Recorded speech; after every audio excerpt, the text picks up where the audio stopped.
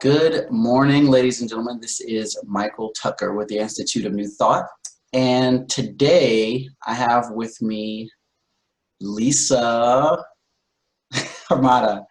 Lisa and I met a number of years ago, about 5 or 6 years ago, and we just connected from a marketing place. She was doing design at the time, and I was running a marketing company. And we didn't talk for a number of years. And I started seeing these posts on LinkedIn that just really captured me, because at the time I was reading a lot about love and studying a lot about love, and I just really connected with what she had to say. And so today we're here with Lisa, and she's going to talk with us a little bit about a couple of books that she has. And the first one, I love the title so much. It's called Love is the Seed. And you also have another one called Supreme Gifts, A Practical Approach to Self-Mastery and to Transforming Your Life Here and Now.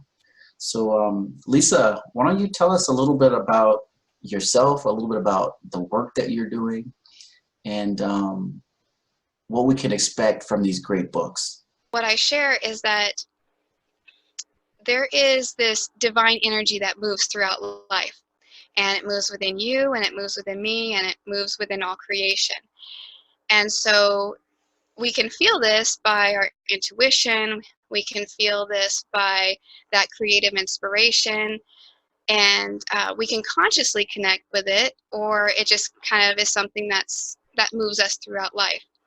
So my father was one who consciously connected to it years ago. And so the book Love is a Seed is based on some sessions that happened within the early 1980s. I was about a year and a half old, a little over a year and a half old, when my father came home and told my mother, tonight, before after the kids go to bed, you're going to be sitting next to me and taking dictation as souls speak through me. And so that's exactly what happened. For about a period of 2 years, my mother sat next to my father on the couch in the living room and took handwritten dictation, notebook after notebook, whatever came through. What's different about this book is that the souls came through for their own purpose. So for the purpose of sharing the message of love with all of mankind to help improve us, living this life in this human form. And so they came with the intention of writing 2 books. The first was intended to be on love. And so my father sat there and allowed whatever was going to come through and share any messages that they wanted. So years after that, I had these notebooks, and I knew even as a kid that I would eventually put it together and share these messages because they're so empowering. So that's what that first book is about. Yeah, absolutely. And so, I mean, you touched on a lot of really good things there. And for people who may be watching this, this is their first time being exposed to a lot of these ideas. How would you communicate this idea of soul speaking through someone? Could you talk a little bit about that? Because I think in our Western culture, that could be a point of skepticism for a lot of people. I think so too, and I think it's a bit taboo too. It's but the thing is that we are spoken to. Everyone is spoken to in their own way. We're given messages, like I said, through that intuition, or there's that voice in your head that's telling you something. It's that striving for purpose. We're born into this life, and we are love at our seed, and we seek love, and that's really the purpose of when we come into this life as soul. We come into this life and we're forged with 3 primary gifts: love, thought, and free will. And as soul, we know that. We come into this life and we know that. And so we seek it in different ways.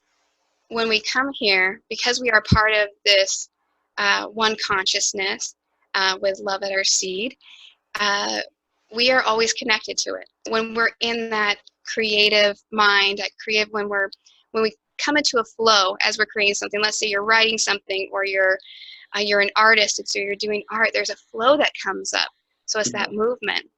So it's in everyone. It's just that, some people connect with it in a different way. Right. So what you're saying is that these souls are just different expressions of flow that are available to all of us. Well, there's, we're always guided. So there's spirit guides. There's, other souls who have passed on, loved ones. What's really interesting, and that's documented in these various sessions in Love is the Seed, is that there's a chapter on death and death and reincarnation. And in it, you realize that you have reincarnated many times with certain souls for the purpose of love, to help you live out a karmic experience, to help you evolve and mature, and so they're here for our benefit. We're always guided by that. And what's also in what I talk about is that divine guiding presence that's within all of us, that presence that guides us in every aspect of our life. So it's really amazing.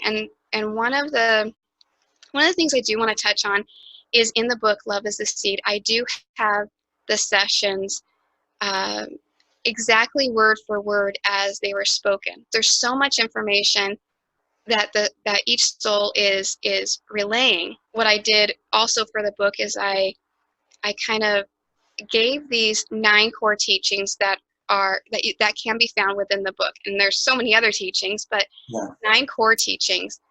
And the first of which is the 3 supreme gifts, that love, thought, and free will. And I talk about what that really means and how that relates to us living this human experience, because it can be really heavy sometimes. We can think of it really heavy. We're trying to get it, and it may not be coming, but and so that's what I try to do within the books, is really explain it, especially the 3 supreme gifts, a practical approach to self-mastery and to transforming your life here and now. I explain in depth the 3 supreme gifts and how that relates then to this life and improving this life.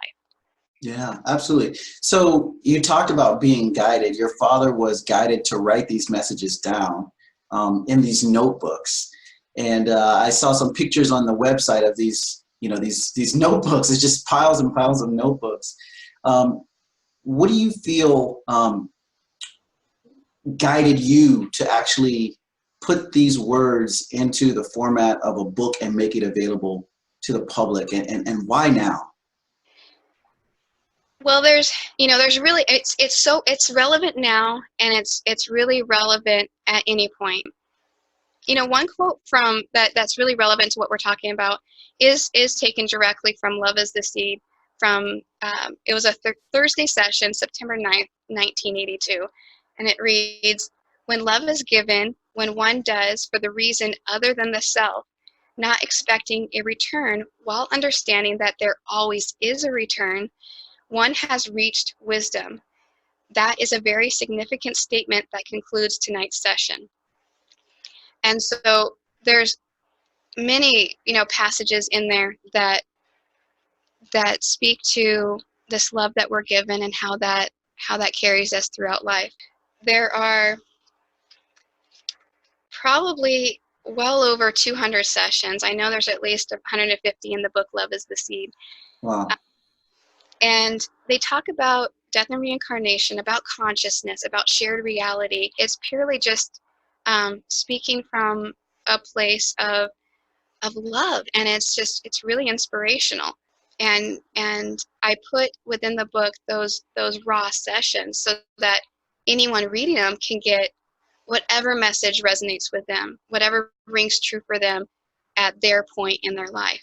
And just one final thought here. I'm really curious about how doing this work has transformed you. I mean, you didn't have to take this on, but you took it on.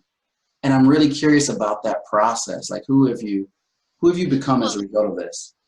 well, this was such a natural process for me.